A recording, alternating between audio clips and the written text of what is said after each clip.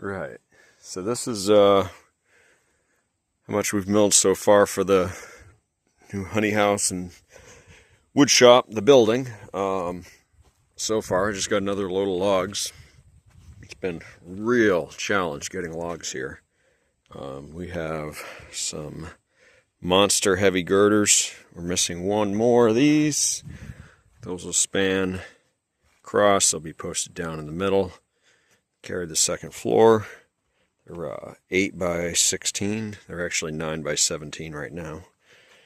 We have 22 foot plus 8 by 8s. Those will be those two posts there, those two posts there. They'll run up and carry stuff right up to the ridge ties. And then we have other various stuff. We have 8 by 6 floor joists, 8 by 8 rafters, some various posts, some cross ties and whatnot. And the floor is going to be solid as a rock. The whole building will be. But the way that I'm keeping track of everything was good preparation. So yeah, no, they're all end sealed, so that's why they're not really checking. So I took the building, and I made my plan and everything, and then I made a mill plan, right, with all the timbers we need, their final length, and their final size, and their mill dimension, allowing for shrinkage, and then to plane them afterwards.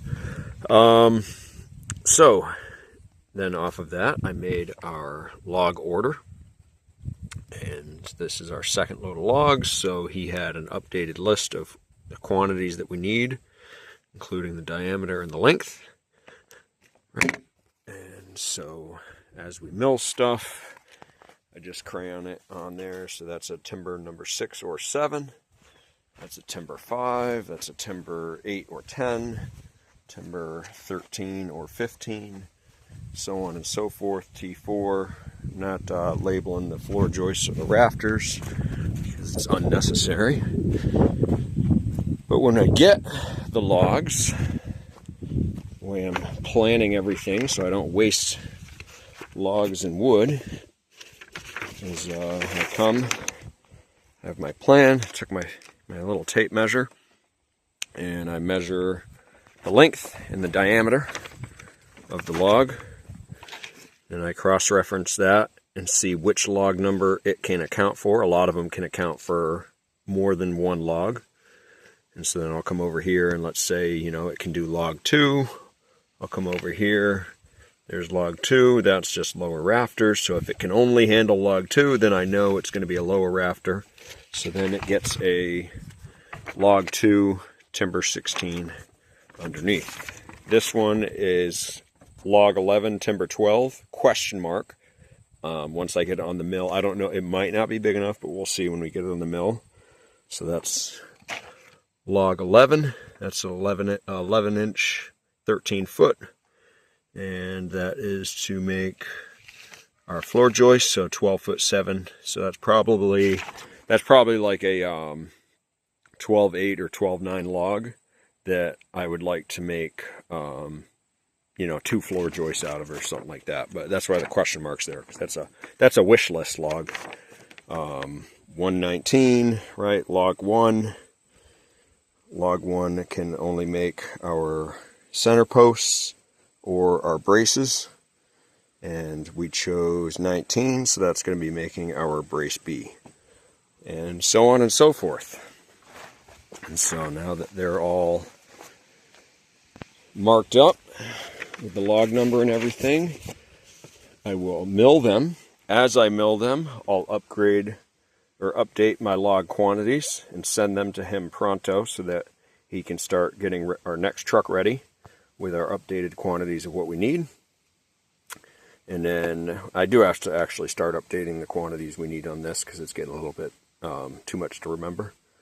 So I'll add up what we have over there plus what we get out of this and update these quantities. And so the mill will get parked right here with the head of the mill here and our track running that way. The backhoe will get parked right here with the hoe side here, so I can swing over, grab a log with the thumb, slide it forward, grab the center, swing it over, set it on there. I had them set all the butts that way, so all the smaller tapered ends are be towards the head, so when I'm starting to mill from here, I can raise it off the bed and, you know, get the most wood out of the log as I can. I'm just selling any extra boards I come out of here. I'm just selling them 75 cents a board foot because I just don't want them. And there will be extra. Slab wood gets stacked up here till it's overflowing, and then I just use the forklift and I stack it over there, and that goes to my buddy that makes maple syrup. The mill will be in the way for this, so I'll probably stack slab wood back there, just anywhere out of the way. And then the forklift will operate on this side, so I can grab it off of the mill, the finished beam, and set it in its respective pile. And I had them set these larger ones. They're not too large. The backhoe could probably handle them, but it is an old, tired 1968 Ford, so I had them set these ones here, and then that way I can just come in from this way with the forklift and drop them on the mill that way. I really like loading with the hoe just right there off the swing. It just makes, either right there or right here, wherever it is, loading off the swing of the hoe makes it super, super easy. You're not making ruts with the forklift. But yeah, that's it. So I'm gonna eat some lunch and then get the mill set up and make some sawdust.